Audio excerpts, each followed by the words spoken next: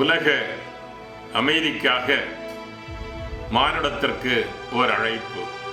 இந்த அழகிய பூமியின் என் அன்பு உறவுகளே, இன்று நான் நிற்கும் இந்த புனித மலை அமைதிக்காக தன் உயிரை விலையாக அர்ப்பணித்த புனித தேவ சகாயத்தின் இரத்த சாட்சியால் புனிதமடைந்தது. பகையை விட மன்னிப்பை தேர்ந்தெடுத்தார் அவர். பிரிவை விட சகோதரத்துவத்தை விதைத்தார். அவரது மரணம் ஒரு முடிவு அல்ல, அது மனித நேயத்தின் விதைப்பு.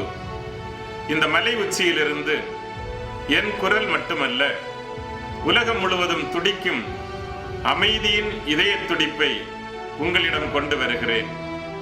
இன்று நாம் வாழும் உலகம் கிழிக்கப்பட்டுள்ளது. அநியாய போர்கள் மனிதகுலத்தின் மார்பை கிழிக்கின்றன. துப்பாக்கி சத்தம் தாய்களின் தாலாட்டை மூழ்கடித்து விட்டது. வெடிகுண்டின் தீ நம்பிக்கையின் ஒளியை மறைத்து விட்டது. போர் மனிதனை பாதுகாக்காது, அது அவனை சிதைக்கிறது. ஆயுதங்கள் பாதுகாப்பை உருவாக்காது, அது பயத்தை உற்பத்தி செய்கின்றது. நாம் உலகிற்கு தெளிவாக சொல்லுவோம், போர் நிரபராதி குழந்தைகளை கொல்கிறது. போர் ஏழைகளின் கனவுகளை புதைக்கிறது. போர் முதியோரின் கண்களில் நம்பிக்கையை அணைக்கிறது. போர் நகரங்களை கல்லறைகளாக மாற்றுகிறது. ஆனால் இன்னும் நான் நம்புகிறேன், இந்த உலகில் பெரும்பான்மையானவர்கள் அமைதியை நேசிப்பவர்கள் என்று. அவர்கள் போர்க்களத்தை கனவு காணவில்லை, தங்கள் பிள்ளைகளின் எதிர்காலத்தை கனவு காண்கிறார்கள். அவர்கள் வெறுப்பின் எல்லைகளை விரும்பவில்லை, அவர்கள் அன்பின் உறவுகளையே விரும்புகிறார்கள். அமைதி பலவீனம் அல்ல, அமைதி உயர்ந்த தைரியம் மிக்கது. மானுடத்தை பாடிய புகழ்பெற்ற கவிஞன் கலீல் ஜிப்ரான் இப்படி கூறுகிறார்: அன்பும் சுதந்திரமும் இணையும் இடம்தான் உண்மையான அமைதி.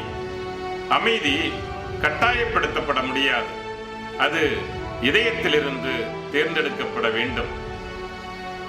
தங்க கவிஞன் வங்க மொழியில் தாகூர் சொல்லுகிறார்: பயமற்ற மனமும் உயர்ந்து நிற்கும் தலையும் கொண்ட சுதந்திரத்தின் சொர்க்கத்தில் என் தேசம் விழித்தெழட்டும்.